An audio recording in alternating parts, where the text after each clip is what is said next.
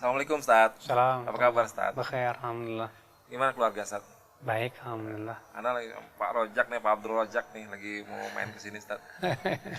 Insyaallah. Gimana Pak Rozak, sehat? Alhamdulillah Pak Ustaz. Masya Allah.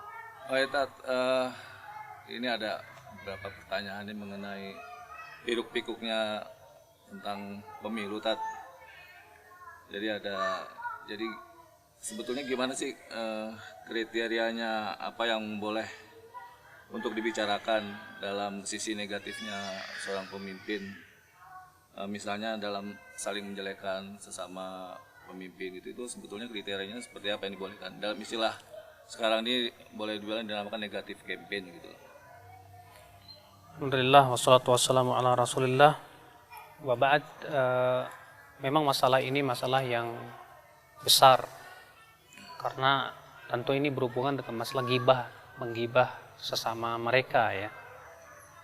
Dalam Islam gibah itu tidak diperbolehkan.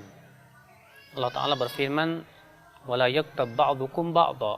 Janganlah sebagian mereka menggibah sebagian yang lain. Tentunya ya, di dalam Islam masalah pemilu memang tidak sesuai dengan syariat Islam itu sendiri. Karena itu bukan dari Islam tapi itu berasal dari demokrasi. Namun kenyataan yang ada kita dihadapkan pada perkara seperti ini. Nah, kita melihat pemimpin satu calon yang satu menjelekan atau menjatuhkan calon yang lainnya. Sehingga akhirnya dibeberkanlah semua kesalahan-kesalahan daripada lawannya tersebut.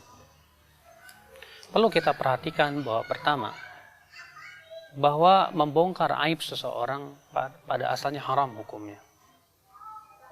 Dalam keadaan apapun juga. Kecuali apabila memang keadaannya darurat.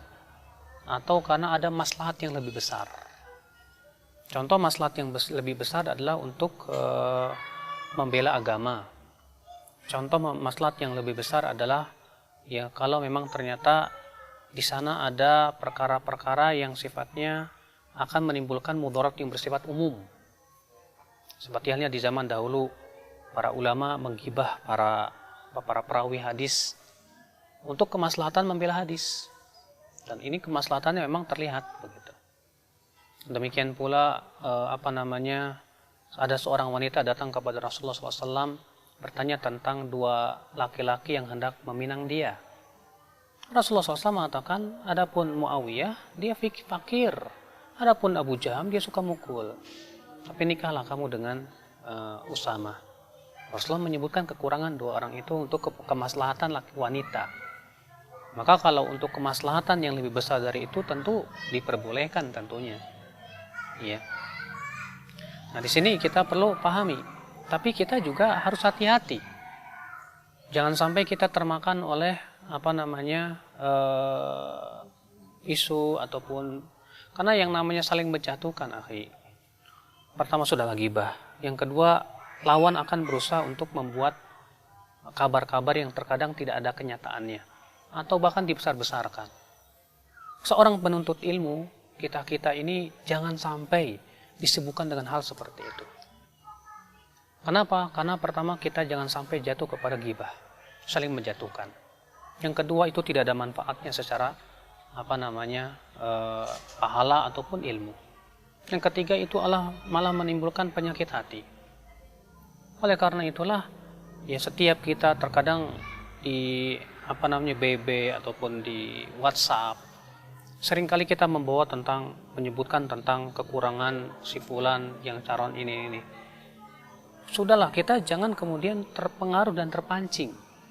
Karena hal-hal seperti itu bisa saja dari lawannya adalah dengan diada-adakan misalnya. Kalaupun toh misalnya kita melihat salah satu pemimpin atau calon ini memang dari sisi agama akan membahayakan agama dan kita tahu, maka pada waktu itu cukuplah sampai situ. Jangan sampai kemudian menggali-gali lagi dalam masalah yang sifatnya pribadi dan kekurangan dia. Hal ini akhirnya masuk ke dalam ranah ghibah yang tidak diperbolehkan dalam syariat. Ya.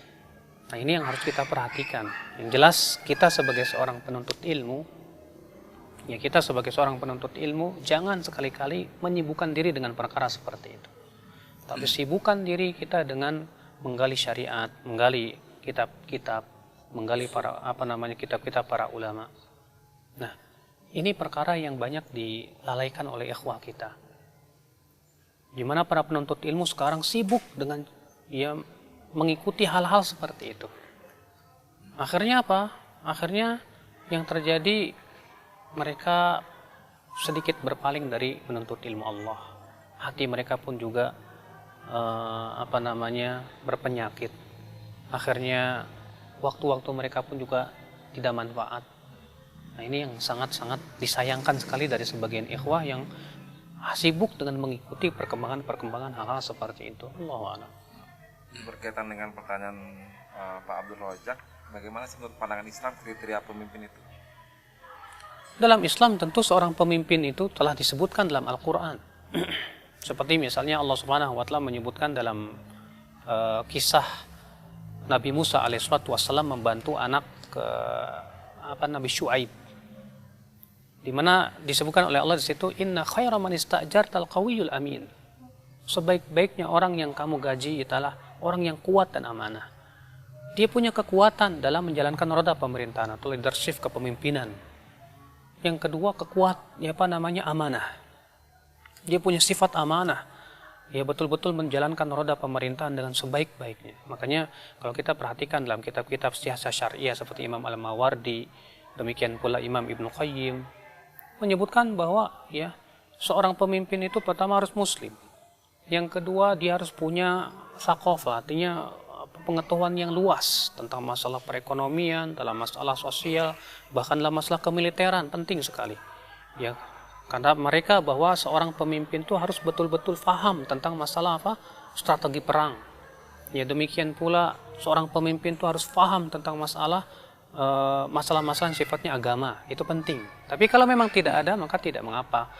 Yang penting dia kuat, amanah, dan mampu untuk menjalankan roda pemerintahan.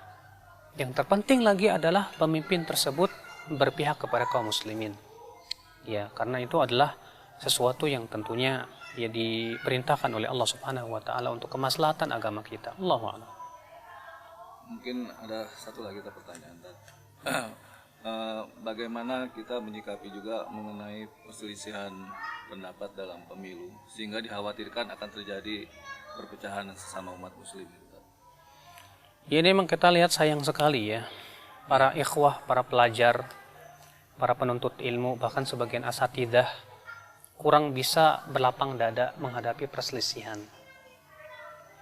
Para ulama seperti Syekh bin Baz, Syekh Utsaimin, Syekh Fauzan, bahkan Syekh Albani di akhir hayatnya juga, Syekh Ali Hasan yang berpendapat bahwa boleh-boleh saja ikut pemilu dalam artian kalau di sana ada maslahat yang besar atau dia khawatirkan mudarat yang lebih besar.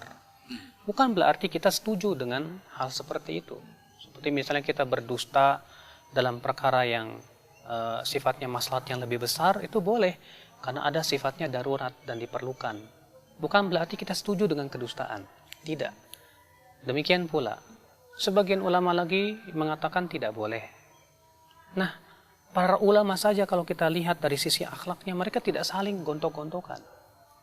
Seharusnya kita pun sebagai seorang penuntut ilmu, kata Syekh Utsaimin rahimahullah dalam kitab Shahwah Islamiyah, hendaklah penuntut ilmu itu mempunyai rahabatus sadr, dada yang lapang menghadapi perselisihan.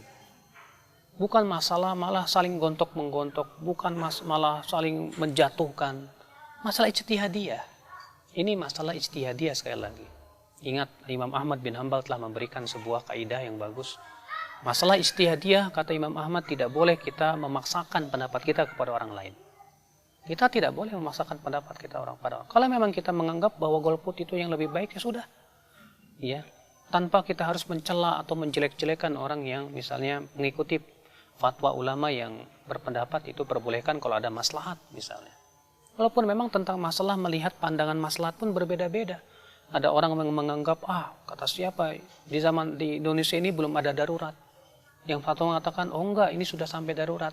Ini pun juga masalah ijtihad, karena tidak ada nasnya.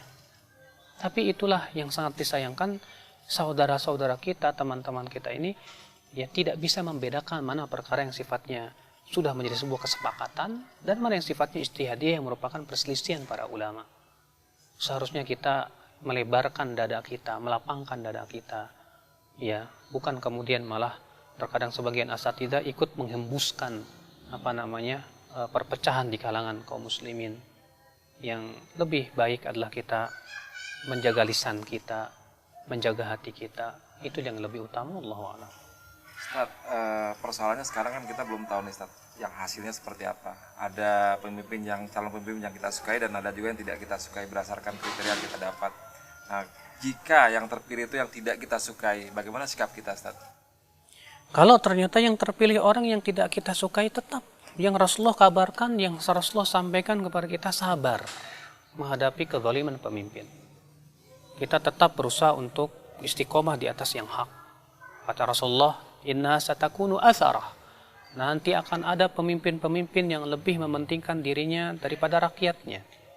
Kata Rasulullah, isbiru, bersabarlah kalian. Sampai kapan kita bersabar? Nah, ini pertanyaannya. Sampai kapan kita bersabar? Kata Rasulullah, isbiru hatta talqauni al-haud. Bersabarlah sampai kalian bertemu denganku di telaga haud. Ini perkara yang merupakan dasar-dasar akidah Ahlus Sunnah wal Jamaah. Bersabar menghadapi pemimpin yang zalim. Iya. Memang terkadang kita mengkhawatirkan misalnya pemimpin ini karena di belakangnya ada orang ya begini-begini yang sesat, ada ya orang-orang yang ini dan itu yang dikhawatirkan akan bisa menghancurkan Islam atau merusak Islam. Tapi kita wajib ingat bahwa kalau Allah menolong kita, siapapun yang tidak ada siapapun yang bisa menolaknya. Yang terpenting Allah berfirman, ya ayyuhalladzina amanu in tansurullah yansurkum. Hai orang-orang yang beriman, jika kalian membela Allah, Allah akan bela kalian.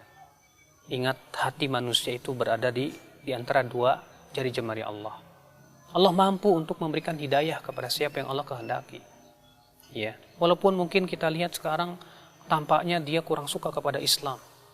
Tapi bisa saja Allah memberikan hidayah kepada dia misalnya dengan doa-doa kita yang ikhlas. Ya, bukankah kita dianjurkan untuk mendoakan pemimpin? Ini perkara yang tentunya kita berusaha untuk lakukan sesuai dengan syariat. Kita pun juga tidak boleh mengadakan perbuatan-perbuatan yang sifatnya membangkang atau tidak sabar dengan kezaliman yang ada atau melakukan sikap-sikap yang arogan. Tetap itu tidak dibenarkan dalam syariat Islam. Atau menggibah di mimbar-mimbar kalau memang ternyata dia sudah jadi pemimpin, itu pun juga diharamkan dalam syariat Islam. Nah, inilah perkara yang harus kita fahami, akhi, karena Islam agama yang sangat menjaga antara maslahat dan mudarat. Ya, jangan sampai kemudian kita termasuk oleh orang-orang yang terseret oleh syaitan, akhirnya kemudian kita melakukan perbuatan-perbuatan yang tidak diridhai oleh Allah Subhanahu wa taala. Allahu a'lam.